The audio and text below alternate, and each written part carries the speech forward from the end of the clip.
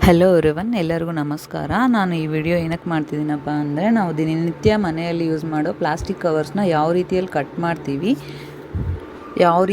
ಮಾಡಿದ್ರೆ ನಮಗೆ ಪೊಲ್ಯೂಷನ್ ಆಗಲ್ಲ ಆ್ಯಂಡ್ ಯಾವ ಥರ ನಾವು ನಿವಾರಣೆ ಮಾಡ್ಬೋದು ಅನ್ನೋದು ನಾನು ಈ ವಿಡಿಯೋದಲ್ಲಿ ಎಕ್ಸ್ಪ್ಲೈನ್ ಮಾಡ್ತೀನಿ.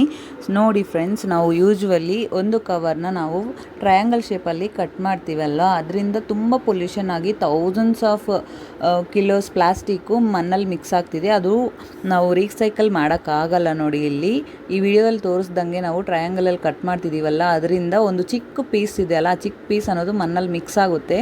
ನಾವು ಅದನ್ನು ರೀಸೈಕಲ್ ಮಾಡೋಕ್ಕಾಗಲ್ಲ. ದೊಡ್ಡ ಪೀಸ್ ಆದರೆ ಮಾತ್ರನೇ ರೀಸೈಕಲ್ ಮಾಡೋಕ್ಕಾಗುತ್ತೆ. ಆ ಚಿಕ್ಕ ಪೀಸಿಂದನೇ ಎಷ್ಟೋ ಪೊಲ್ಯೂಷನ್ ಜಾಸ್ತಿ ಆಗ್ತಿದೆ.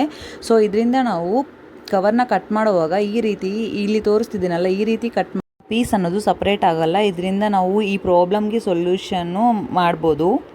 ಸೊ ಈ ರೀತಿಯಲ್ಲಿ ನಾವು ಪೊಲ್ಯೂಷನ್ ಕಂಟ್ರೋಲ್ ಮಾಡ್ಬೋದು. ಈ ವಿಡಿಯೋನ ನಿಮ್ಮ ಫ್ರೆಂಡ್ಸ್ಗೆ, ಫ್ಯಾಮಿಲಿ ಮೆಂಬರ್ಸ್ಗೆ ಶೇರ್ ಮಾಡಿ. ತುಂಬ